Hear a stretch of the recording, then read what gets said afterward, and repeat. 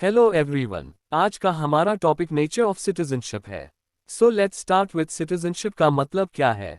जब हम सिटीजनशिप के बारे में बात करते हैं तो हम वो सब बातें समझते हैं जो एक इंसान को सिटीजन बनाती हैं। ये सिर्फ कानूनी मुद्दा नहीं है, बल्कि ये वो जज्बा है जिससे हम अपने देश से फील करते हैं।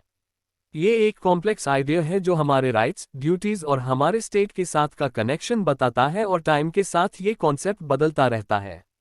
सिटीजनशिप का अलग अलग कंट्रीज में अलग अलग नेचर होता है, लेकिन इसके कुछ कॉमन एलिमेंट्स होते हैं, जैसे acquisition and loss of citizenship. India की बात करें तो सिटीजनशिप वेरियस तरीके से मिल सकती है, जैसे पैदा होने से या किसी कंट्री में सेटल होने से। मगर अगर आप अपनी सिटीजनशिप छोड़ देते हो या कोई इश्यूज होता है जिससे आप डिस्क्वालिफाइड हो जाते हैं एज अ सिटीजन, तो उस कंट्री की सिटीजनशिप जो आपके पास है वो भी चली जाती है। कुछ कंट्रीज अलाउ करते हैं डुअल सिटीजनशिप्स, कुछ नहीं करती। जायज हमारी कंट्री डुअल सिटीजनशिप को अलाउ नहीं करती।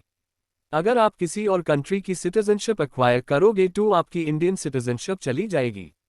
नेक्स्ट है राइट्स एंड प्रिविलेजेस। सिटीजनशिप के साथ कुछ स्पेशल राइट्स भी आते हैं और ये हर कंट्री में अलग अलग होते हैं। जायज सिविल राइट्स आपको अपने फ्रीडम देता है, जैसे बोलना, सोचना और प्रॉपर्टी खरीदना।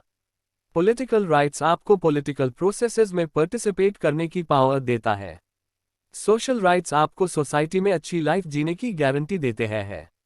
फिर है सिविक पार्टिसिपेशन। सिटीजन बनके हमें अपनी कंट्री के अफेयर्स में इन्वॉल्व होना चाहिए, जैसे वोट देना, पब्लिक डिस्कशंस में पार्टिसिपेट करना या सोसाइटी को बेटर बनाने में हमें कंट्रीब्यूट करना चाहिए।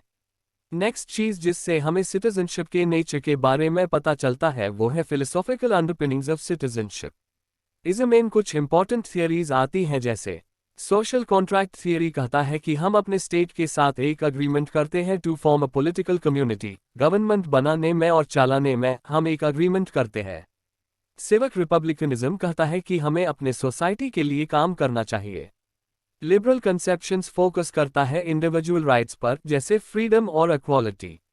फिर आते हैं सिटीजनशिप के चैलेंजेस। आजकल के ज़माने में सिटीजनशिप को बहुत चैलेंजेस फेस करने पड़ता है, जैसे माइग्रेशन एंड ट्रांसनेशनलिज्म। लोगों के बॉर्डर्स क्रॉस करने से ट्रेडिशनल सिटीजनशिप आइडियाज को रीथिंक करना पड़ता है। ग्लोबल सिटीजनशिप ये कहता है कि हमारे पास सिर्फ नेशनल बॉर्डर्स के राइट्स नहीं हैं, इंटरनेशनल कम्युनिटी के लिए भी हैं। डिजिटल सिटीजनशिप, ऑनलाइन वर्ल्ड में भी हमें राइट्स और रिस्पॉन्सिबिलिटीज समझन पड़ते हैं। इंक्लूसिव सिटीजनशिप ये कहता है कि हर किसी को इक्वल राइट्स मिलने चाहिए, कोई भी डिस्क्रिमिनेशन नहीं होना चाहिए। तो इस सब से हमें सिटीजनशिप के नेचर के बारे में पता चलता है कि कैसे सिटीजनशिप इवॉल्व होती जा रही है।